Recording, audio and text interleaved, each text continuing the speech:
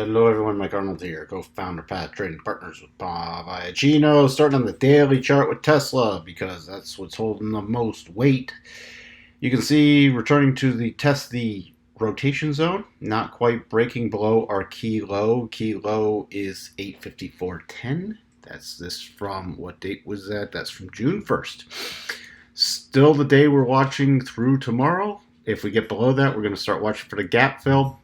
And after the gap fills a pretty key area for a couple reasons. Prior, you can see all the prior resistance, and we know prior resistance becomes support, and it's the gap fill. So that's a magnet, first off. And then, it most likely will, once there's a gap fill, people generally use that level if they're looking to cover because they shorted the gap or buy.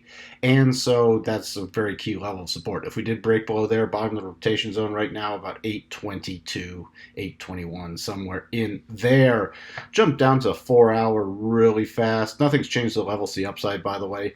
You can see there might be a little minor support, especially as by tomorrow, as this converges up here. So that's reinforcing this low still.